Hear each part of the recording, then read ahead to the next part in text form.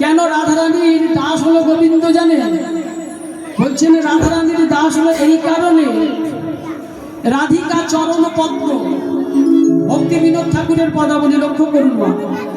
রাধিকা চরণ পদ্ম সকল স্নেহের সদ্ম, যতনে যেবা নাহি আরাধিল। রাধা পদ্মামৃত ধাম বৃন্দাবন যার নাম, যে না আশ্রয় করি। যে ধরিল রাধা পদ পরম যতনে, সে পাইল কৃষ্ণ পদ অমূল্য রতনে।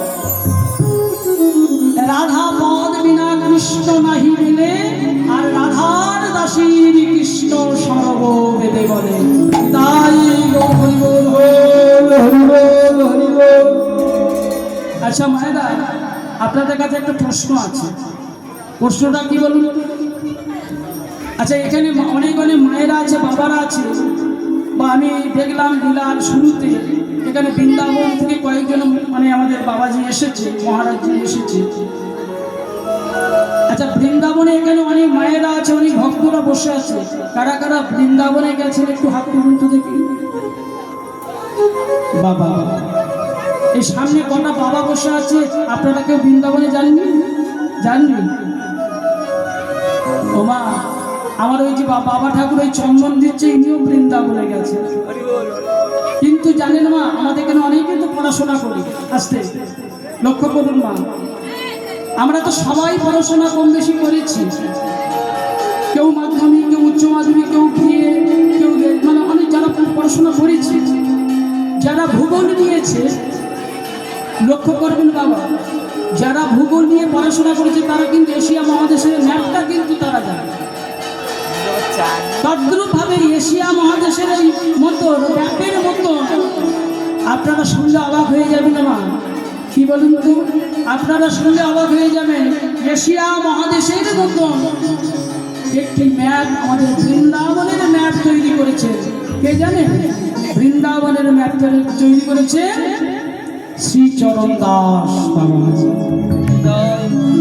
চরণ দাস, বৈষ্ণব মহাজন চরণ দাস ওই ভূগোলের মতন বৃন্দাবনের একটা ম্যাপ তৈরি করে গেছে। এবং ম্যাপটি কেমন ভাবে তৈরি করেছেন জানেন?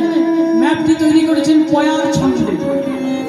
লক্ষ্য করুন মা, পয়ার ছন্দে ম্যাপটি তৈরি করেছে। কি আপনারা সেই ম্যাপটি শ্রবণ করতে চান? কি শ্রবণ করবেন? একদম সহজ ভাষায় কিন্তু সেই ম্যাপটা তৈরি করে গেছে। যারা যারা বৃন্দাবনে গেছে, 84 কোষ মণ্ডিত মধুরাদপি মধুর বৃন্দাবন ধাম, সেই বৃন্দাবনের ধামের একদম নিখুঁতভাবে ম্যাপ পয়ার ছন্দে বৈষ্ণব মহাজন চরণ দাস আমাদের জন্য উপহার দিলেন। তাহলে মা কথা বলবেন না, আস্বাদন করুন আস্তে। আপনারা চেঁচামেচি করলে কিন্তু কিছু বুঝতে পারবেন না। বলছেন 84 কোষেতে ব্যক্ত শ্রী বোজ মণ্ডল। লক্ষ্য করুন মা, পদাবলীগুলি আপনারা শ্রবণ করুন। 84 কোষেতে ব্যক্ত শ্রী বোজ মণ্ডল, তাতে বৃন্দাবন ধাম অতি রম্বস্থল। 6 ঋতুর সুবাসিত সুন্দর কুসুমে, সুশোভিত সুশোভিত নানা বিহঙ্গ।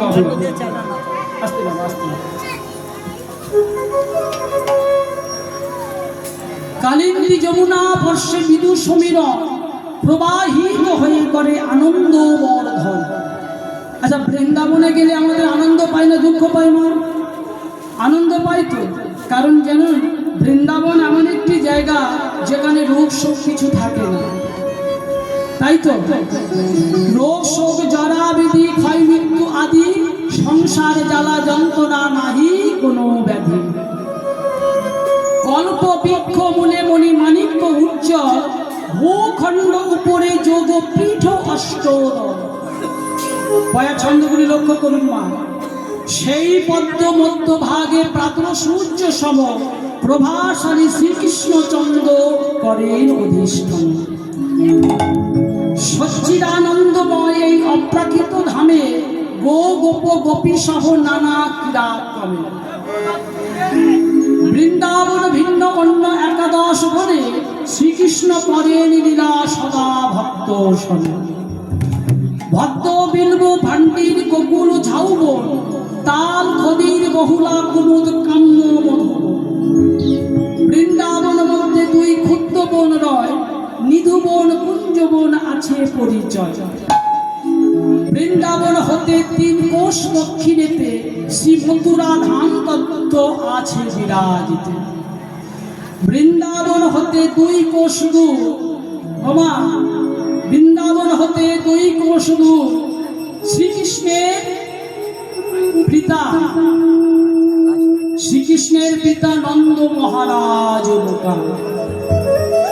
বৃন্দাবন হতে 2 কোশ দূর মন্দির স্বর্গাম, শ্রীকৃষ্ণের পিতা নন্দ মহারাজ লোকা। নন্দির স্বর অর্ধকোষে যাবট গামতে, শ্রীমতীর শ্বশুরালয় স্বর্ণ মন্দিরেতে। নন্দির স্বর দক্ষিণে সে 2 কোশ দূর, ওমা 2 কোশ দূরে কি আছে? শ্রীমতীর পিতৃগৃহ বিশ্বভানু। তার 2 কোশ পূর্বে সূর্যকুণ্ড হয়, শ্রী রাধিকা সূর্য পূজা যথায় করে। কি গো মিলছে তো মা? হ্যাঁ, এগুলো মিলার কথা মা, এগুলো আমাদের কোনো বাপ ঠাকুরদার কথা নয়, স্বয়ং বৈষ্ণব মহাজন চরণ দাসের পদাবলী। হ্যাঁ, রাধা কুণ্ড তীরে রম্ব বন উপবন, পূর্ব তটে রাসস্থলী বিলাস ভবন। শ্রীকৃষ্ণের পাদপদ্ম হৃদে করিয়াস, বৃন্দাবন তত্র কহে শ্রী চরণ দাস। প্রেম সে বলুন চরণ দাস কি।